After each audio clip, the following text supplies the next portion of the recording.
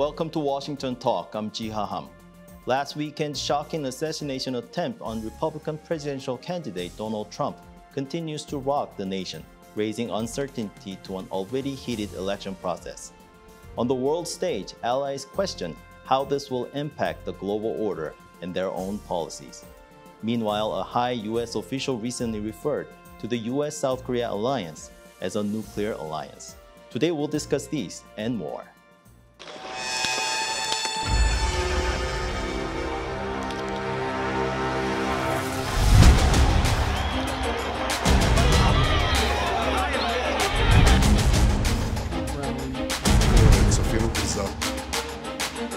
A big part of what we must do is show them how we respond as a nation.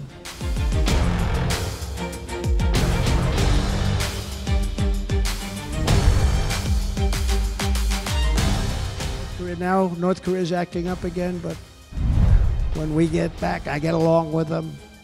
He'd like to see me back too.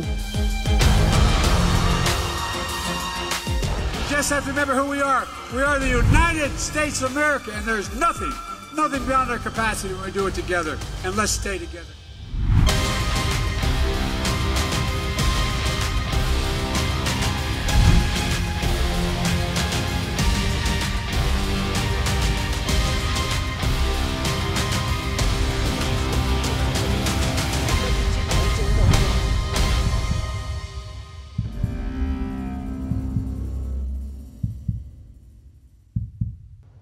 In the studio with me is Mr. Sidney Seiler, Senior Advisor at the Center for Strategic and International Studies. Mr. Seiler was former National Intelligence Officer for North Korea on the National Intelligence Council until July of last year. Mr. Seiler was the Special Envoy for Six-Party Talks and National Security Council Korea Director during the Obama administration. Mr. Seiler also served as Senior Analyst for U.S. Force Korea. Mr. Seiler has worked on North Korea issues for over 40 years. Mr. Bruce Klingner is also with us today. Mr. Klingner is a Senior Research Fellow at the Heritage Foundation. Mr. Klingner spent 20 years at the Central Intelligence Agency and the Defense Intelligence Agency and served as CIA's Deputy Division Chief for Korea. Welcome to the show. Well, Good to have you both today. Thank you so much. Okay, Mr. Klingner, how did you perceive the recent assassination attempt on Donald Trump? What were your initial thoughts and reactions to this event as it unfolded? Well, shocked, I think, is the obvious answer, as everyone was, that this could happen, given the Secret Service as well as local law enforcement protection. So I think shocked, and then I think even uncertainty at first as to what was going on, what had actually happened. I think until some of the facts came in, we weren't really sure what had happened. We had heard what sounded like firecrackers or little pops rather than obviously loud gunshots. But as the news came in, then it was really shock that this could have happened. And then as we get more information, sort of dismay at what seems to be obvious security lapses by the Secret Service or law enforcement, that this could have happened. Obviously, we're grateful that it was the assassination attempt wasn't successful, which would have caused much greater turmoil for the United States and really, I think, around the world. Mr. Seiler, how do such incidents shape the international image of the United States, especially among its allies like South Korea? Great question. And, first of all, I think we need to put this into a broader perspective. This assassination attempt, this despicable action by a lone individual is not a natural extension of any heightened political dynamic or rhetoric. This is a person who did something that's just totally reprehensible and not reflective at all of anybody's values or anybody's intentions. It's not the first assassination of a former or current U.S. president. We've seen this over history. This doesn't justify it, but it also reminds us that this is not unprecedented. And finally, many countries have assassinations as well. Again, not in any way justifying the action, but reminding us that the international community, as they look at this, they're looking at the election, they're looking at how charged it is, the unique developments of it, and then you have this event. This is an event that is kind of understood within a broader context. So I don't think it necessarily in any exponential way raises concerns about the viability of U.S. democracy or our commitments abroad to allies, like one might otherwise think. So its impact, particularly in terms of North-South Korea, which I think we'll talk about a little bit later, is probably not as much as one might otherwise think. Okay, Mr. Klingner, considering the volatile political climate in the U.S., how might this assassination attempt affect South Korea's confidence in the stability of U.S. foreign policy? I don't think it will have a big impact on South Korean perception. And to pick up some of Sid's points is, this was an individual, a troubled individual, wasn't part of a group or a conspiracy or a political movement. We still don't know why he did this. There's no obvious political manifesto that he left behind, as some others who have committed heinous acts against schools or other violent acts. Mr. Seiler, with the political scene of U.S. becoming more polarized, what implications might this have for South Korea's strategic decisions, particularly regarding its defense policy and potential considerations for nuclearization? This has been a highly personalized campaign, I think, up until now, and the question has been about both leaders' suitability for different reasons: physical condition, age, past history, and behavior. And there hasn't been a strong emphasis on particular issues at which the two leaders divide. And where there is, that emphasis is primarily on domestic issues. The foreign policy debate, which really boils down to, are we going to go down an isolationist path, become less involved in the world, make allies take a bigger burden for their own defenses and not be the world's policeman on everybody on our own dime, or are we going to stay involved in the international community? Are we going to be the champion of the liberal rules-based order, and are we going to stand up to this newly emerging alternative order that we see with China, North Korea, and Russia? We haven't really seen a fully developed argument over that. And I think still largely the key issues on South Korea are relatively bipartisan. You don't hear a strong debate for one approach over another, like you might on Iran, for example. On North Korea, on the Korean Peninsula, everybody likes Seoul at both sides of the aisle. Everyone distrusts Pyongyang, and overall there's a bipartisan support for the relationship. So I don't think that there's been anything in terms of the election climate and the rhetoric going back and forth that from a foreign policy perspective, or particularly a Korean Peninsula perspective, that would cause excessive concern. Right now, the concern, I spent a month most recently in Seoul, getting to hear a lot of different opinions, a lot of different voices. And it's more about the uncertainty, the uncertainty that will exist between now and the election, and then, of course, between the election and the inauguration, and then the post-inauguration rolling out of foreign policy. But for now, there's nothing really tangible that I think the Korean people should be overly concerned about. Mr. Klingner, given the extreme differences between the U.S. political parties and their leaders, do you foresee a more unstable U.S.-South Korea relationship in the near future? I think we should focus on the alliance has been here through thick and thin, as it were, for 70 years. And so we've had times where there was great differences of view between the U.S. and the South Korean administration, and even strong protests in South Korea against a U.S. policy or against a U.S. president. And we're still here with a very strong alliance. So I think anytime there's an election in a country, there's always uncertainty if there's a change of administration. If Mr. Biden is reelected, well, then it's going to be more of the same on sort of all of the policies, including policy towards North Korea. If you have a change in government, then there's uncertainty as to what the policies will be. And uncertainty, I think, always causes a little bit of concern or tension. Mr. Seiler, how might North Korea view this recent assassination attempt and overall volatile atmosphere in U.S. politics? Could this embolden North Korea to adopt a more aggressive stance towards the United States?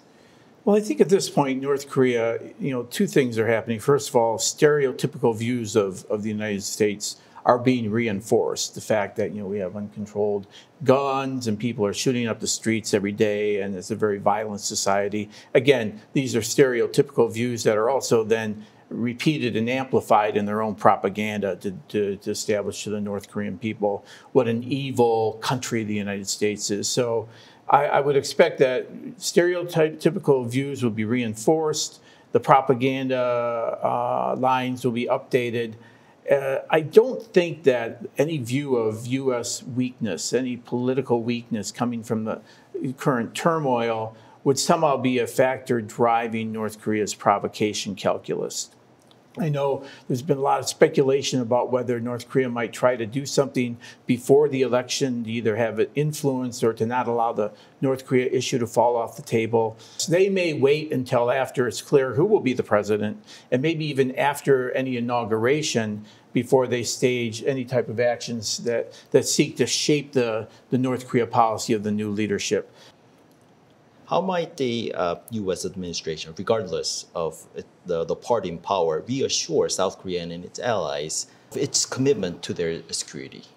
Well, this happens on a day-to-day basis. It starts from the president's relationship with President Yoon, the conversations they have, the conversations at the secretary, deputy secretary level, all the way down to the privates in the foxholes on combined training on the peninsula. Not to mention the regular meetings of all the military, whether it's the Combined Forces Command, day-to-day operations, the Nuclear Consultative Group, the KID, MCM, SCM process. We have a lot of opportunities to regularly remind our Korean counterparts of our commitment to their security, of the strength of the alliance and the readiness of the alliance. Mr. Klingner, Republicans have nominated Donald Trump for their presidency at the Republican National Convention in Milwaukee. The final decision, of course, on who will be the next president will be made in November of this year. But how can South Korea balance its ongoing cooperation with the current administration and while also preparing for the potential drastic policy shifts that could come with a Trump presidency? I think when we're in a U.S. presidential campaign time, every country tries to balance its relationship with the incumbent administration as well as a potential new administration, not wanting to be seen as playing favorites, and also a sense of governments deal with the current government rather than someone who's not in government. But obviously they want to not wait until Inauguration Day to establish relationships. If there's the sense that some allies are not pulling their weight, Korea should emphasize, and has emphasized, that it is paying 2.6 or 2.7% of its GDP on defense, given the very real threat from the north. So it is already above what is the NATO goal of 2% of GDP spent on security needs. And also South Korea should highlight the role that not only it has played during the last 70 years on the peninsula, but off peninsula.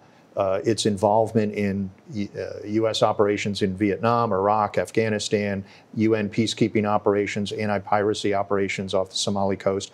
And also, I think, particularly emphasizing the pledge by President Yoon to play for Korea to play a larger regional security role in the Indo-Pacific. So I think Korea should not only highlight its contributions to its own security and U.S. strategic interests in Northeast Asia, but the role that it has been and increasingly has been doing under President Yoon, as well as it can do in the future in the Indo-Pacific, to whatever degree they tie that to the China threat. Publicly, I think is debatable, but certainly in private should highlight that Korea, like other democracies in the region, are on board with seeing the China threat and taking steps on how to counter that, not only militarily and diplomatically, but economically. Okay. Given Trump's history of direct engagement with Kim Jong-un, how might his nomination and potential re-election affect North Korea's strategic calculations? So I think the key to that will be Pyongyang's own posture. And what we've seen since Hanoi up until today in terms of North Korea's public messaging, first of all, is a desire to appear to portray some type of possibility for a restored relationship.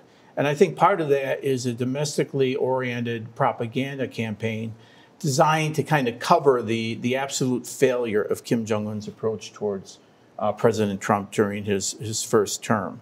It's not necessarily that they are looking for a quick resumption of senior level dialogue, but they will want to, their public messaging will avoid just closing the door off the bat. That said, there are also hints in their public statements that Kim personally felt burned by Moon Jae-in and Donald Trump, that somehow the 2018 diplomacy led to nowhere, got none of the objectives that the North thought would be possible based upon what they were hearing from the Moon administration, what they were hearing from the U.S., and that they won't get burned again. They won't waste their time again by going into a diplomacy cycle that yields nothing. So Kim also comes to a potential second Trump term with increased confidence that the recent dialogue, diplomacy with Russia has created an environment where he is even less needing of any type of dialogue with Donald Trump. I was on board for the transition from Barack Obama term 1 to term 2, where North Korea had closed the door in 2012 to the Leap Day understanding with a Taepodong missile launch, left open the possibility for resuming dialogue in 2013, and then quickly slammed that door with another Taepodong launch, another nuclear test, declaration of the Byungjin simultaneous pursuit policy, and then ran out the clock on the Obama administration. I don't think it's impossible to imagine that Kim might take a similar approach to Donald Trump, where he simply ignores the United States for another 4 years like he's ignored the Biden administration, quite unfortunately. Mr. Klingner, while the news focuses on the assassination attempt on former President Trump, the Bulletin of the Atomic Scientists has estimated that North Korea possesses around 50 nuclear warheads and enough fissile material to potentially build up to 90. Given that this estimate has doubled in the past 2 years, shouldn't we be taking this situation more seriously?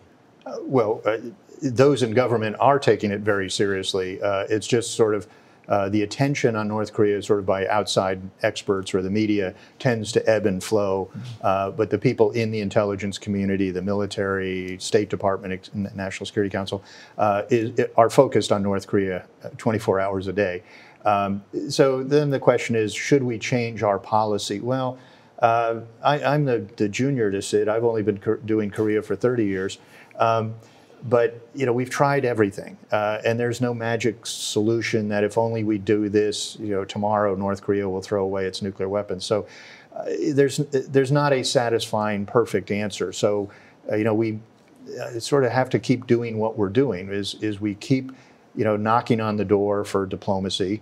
I don't think we offer concessions just on the hope that it'll get the door to open. And in the meantime, we have to continue enforcing our own laws and those of the UN resolutions. We maintain deterrence and defense, not only to deter North Korea, but also to reassure our allies. We engage in economic pressure and also the offers of benefits to North Korea if they re-engage. Last week, President Biden and President Yoon Suk-yeol signed joint nuclear deterrence guidelines for the first time during a NATO summit here in Washington, highlighting the significant progress their countries have made a year after establishing NCG, the Nuclear Consultative Group. Do you believe this strategy is sufficient enough to address North Korea's rapidly advancing nuclear threat? I don't think deterrence is ever seen as sufficient. It's an ongoing dynamic process where you constantly need to be mixing together compellence actions, assurance actions, trying to reach out to North Korea, strengthening readiness, displaying extended deterrence capabilities, and remind North Korea that the cost of even threatening to use nuclear weapons is unacceptably high to them, and they should return to the table and refrain from using these weapons. So I think it's great progress that has been made in terms of the work of the NCG and having conversations on how to deter this evolving North Korean nuclear threat in a way that we haven't done in the past. It's been positive progress. But I don't think it's ever going to be sufficient so that we can rest on our laurels and kind of be complacent. I in no ways do I think anybody is being complacent in this regard, but deterrence going forward will be deterrence and its cousin reassurance of the South Korean people of the U.S. commitment to the security of the Republic of Korea, regardless of the size of the North Korea nuclear program, will be an ongoing homework assignment going forward. Mr. Klingner, Vipin Narang, the Acting Assistant Secretary of Defense for Space Policy, who signed the new nuclear deterrence guidelines himself, described the U.S.-ROK alliance as a nuclear alliance in an interview with the VOA's Korean service. How do you interpret this evolution in the context of regional security dynamics in Northeast Asia? Well, I think that phrase will be interpreted and misinterpreted greatly, particularly in South Korea. There's differences of view, particularly those who are working in the Pentagon or the sort of the military establishment, on what that phraseology would mean. Sometimes Korean officials, I think, have overinterpreted or overstated what the progress has been made or sort of how far Korea will be involved in nuclear decision making. But I think the main point is the very positive trend since January of 2023, when there did seem to be a potential crisis in the alliance, given great South Korean questioning of the viability of the U.S. extended deterrence guarantee. President Yoon had some misstatements or statements indicating Korea may go down a nuclear path. And even between January and April of 2023, there was a amazing switch in the mood and the South Korean government's view, where some of the same officials I was meeting with in January who were very negative, very questioning of the extended deterrence guarantee were extremely positive by April of 2023. And in my continuing talks with U.S. and Korean officials since then, everyone has been very positive in the progress of the Nuclear Consultative Group and all the attachments to that, tabletop exercises, et cetera. So right now, the Korean government is very positive on the trend. Mr. Seiler, there are differing opinions on whether South Korea truly participate in nuclear planning. Can you clarify the extent of South Korea's involvement in U.S. Nuclear strategy on the peninsula? You know, I would discourage people from trying to think about this in terms of some type of nuclear scenario in which North Korea uses nuclear weapons, and in accordance with some agreed upon nuclear strategy, we engage in nuclear options in response. It's multidimensional. It goes through multiple capabilities in the conventional domain, as well as cyber, special ops, other chemical, biological. There is a threat posed by North Korea, of which now we understand a big component of that is nuclear. And part of our deterrence, how we would deter and, if necessary, defend and defeat against that capability, involves a mix of conventional and nuclear capabilities as well. And so the fact that when we sit down and we plan, again, getting back to that, day-to-day Combined Forces Command, wartime planning, what we talk about in the KID, MCM, SCM process, what we exercise in terms of, our biannual and other exercises, there's a lot of moving pieces toward it. And now what it seems like is that the nuclear piece is being introduced into that discussion more and more. And of course our planning now may or may not reflect what we actually do, should, and worst case scenario, the balloon goes up. But what's clear is that South Korea is an active partner in these discussions now, and certainly will be in case that scenario unfolds. Okay, that's all the time we have for today. Thank you both for joining us. Thank you for having us. Thank you. That does it for today's Washington Talk. Please join us again next week for more analysis.